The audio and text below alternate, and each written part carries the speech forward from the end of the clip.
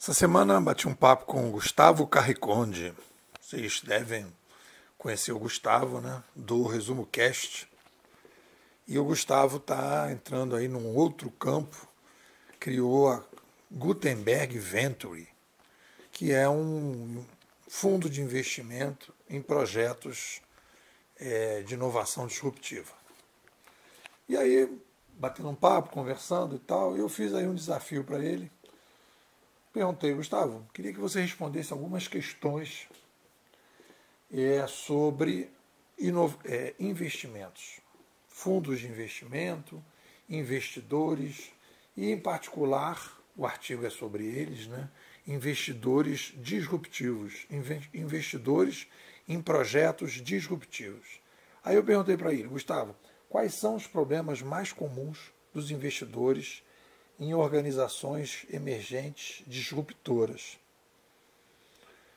Que normalmente esse pessoal investe via, né, tem gente que é próximo daquele grupo que está fazendo a startup, né, são os parentes e tal, é o mega anjo, né, vamos dizer assim, o anjo dos anjos, é aquele cara que está investindo no filho, está investindo, é o primo, é o irmão, é o tio, e aí você então tem os primeiros anjos, né, mas a gente está falando de anjos mais distantes daqueles investidores ou de fundos de investimento. Aí eu perguntei para ele, né? Aí ele colocou aqui várias questões. Jogar dinheiro fora. Qual é o medo que as pessoas têm? Jogar dinheiro fora em projetos que não vingam, não ter paciência, não ter controle sobre os rumos da startup, perder bons negócios, ficar meio perdido entre tantas oportunidades, não ter tempo para se dedicar, né? Porque não é um investimento que você coloca, fundo de investimento imobiliário, você deixa lá, poupança, você deixa lá, vai se meter com startup, tem alguma coisa aí que você tem que se envolver mais. E aí então a cara fala, pô, eu não tenho muito tempo para isso, né?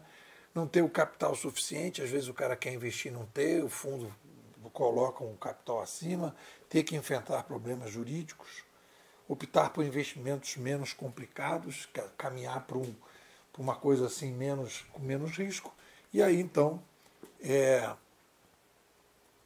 podemos dizer que o investidor, aí eu faço essa é a síntese, né? Uma boa síntese que o Gustavo fez desse medo dos investidores em organizações emergentes disruptoras. E aí a gente poderia fazer uma síntese e dizer o seguinte, que esse investidor em organizações emergentes, disruptoras, né, tem uma demanda subjetiva por maiores desafios, que foge um pouco da média. E alguém que não quer apenas colocar o dinheiro e esquecer, mas sabe que tem uma demanda maior de participação. Essa foi a síntese que eu fiz dessa resposta do Gustavo. Aí a gente vai colocar, e aí eu fico pensando nos padrões. A partir dessas respostas do Gustavo, eu fico aqui pensando nos padrões. Aí então a gente vai fazendo assim algumas relações nesse mundo do investimento. Então vamos lá. Quanto mais disruptivo for o projeto inovador, maior será a taxa de incerteza. É óbvio, né? Quanto maior a taxa de incerteza, maior será a chance de multiplicar o dinheiro investido. Até aí não tem novidade, né? Pô, isso não tem novidade. Mas eu estou organizando para chegar no final que tem a novidade, que é a nossa contribuição, que é o seguinte, quanto maior o risco num projeto inovador, mais e mais vai se exigir uma mentalidade inovadora, disruptiva ou mega disruptiva do investidor, que eu vou chamar aqui, que eu chamei de começadores, os early adopters, que a gente aqui fez uma análise, mentalidades inovadoras. A gente chegou a 3 mentalidades inovadoras. Os incrementadores, que a gente chuta que tem aí no mercado, né, na sociedade, 80% das pessoas são incrementadoras. As disruptoras, que atingem 18% das pessoas, e as megas disruptoras, que ficam com 2%.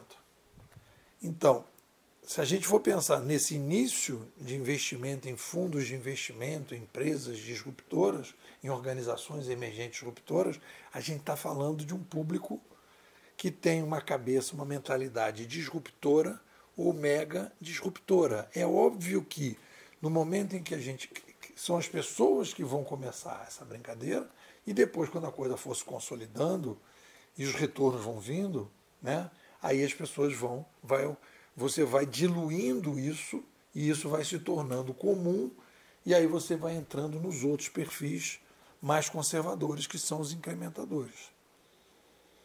Então, de maneira geral, eu coloco essa questão que é diferente. Aí perguntei para o Gustavo, segundo ponto, perguntei como superar os desafios, né, os medos dos investimentos nas organizações, nesse tipo de investimento. Né?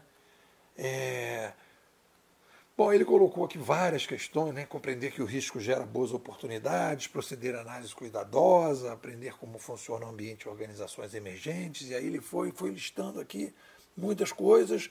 Depois eu ainda perguntei como é que os fundos de investimento em organizações emergentes, né? Quais seriam as dicas, aí ele lista uma série de dicas, está tudo no artigo. Quem tiver interesse, quem tiver mais interesse nisso vai colocar. E aí eu queria fazer a contribuição aqui que eu acho muito interessante. Primeiro, que quando a gente fala de investimento e risco, por exemplo, eu quando fiz para o Resumo Cast, eu fiz análise do livro do Thomas Kuhn, né? Estrutura das Revoluções Científicas, que tem tudo a ver com esse mundo da inovação e que tem tudo a ver com esse mundo dos investimentos. Porque o que a gente tem, né? Basicamente, o que é um processo de inovação? Vamos lá. Quando se fala de inovação, a gente está falando de fazer uma mudança nos paradigmas. O que é paradigma, né? Pô, forma de sentir, pensar e agir. Então, o que a gente fala quando a gente quer falar de inovação? É introduzir novas formas de sentir, pensar e agir que as pessoas vão aderir. E aí, a partir daí, a gente tem. E quando a gente fala de disrupção, o que é disrupção? É uma forma muito diferente de sentir, pensar e agir diante dos paradigmas que existem.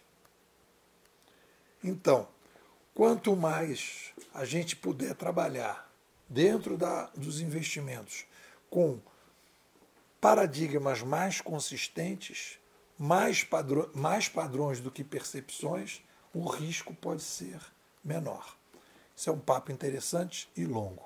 É isso. O que vocês dizem?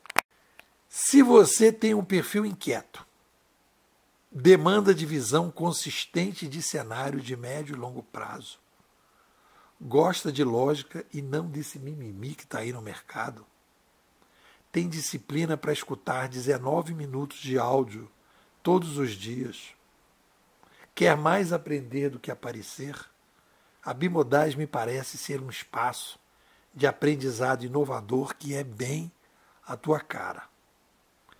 Veja aí o depoimento de quem está por aqui e já há bastante tempo. Thomas Rock, líder de prática de consultoria em cloud. A Bimodais me deu um choque de realidade. Viviane Laporte, empreendedora. A Bimodais consegue me explicar o porquê das coisas. Tereza Rodrigues, gameóloga na prática. A Bimodais é o respaldo teórico para toda a minha prática educacional inovadora. Léo Almeida, programador sênior. A Bimodais mudou o meu sistema operacional. Fernanda Popeu, oficineira de escrita digital. A Bimodais me dá lastro para entender o digital. Estamos começando o nosso 5º ano, a 9ª imersão de janeiro a julho de 2023. Você vai ter acesso ao material mais consistente no Brasil sobre ciência da inovação. Estou te convidando. Apenas R$ 700 no Pix. Você fica com a gente durante 6 meses, aprofundando a visão de cenário, entendendo o mundo digital e a inovação.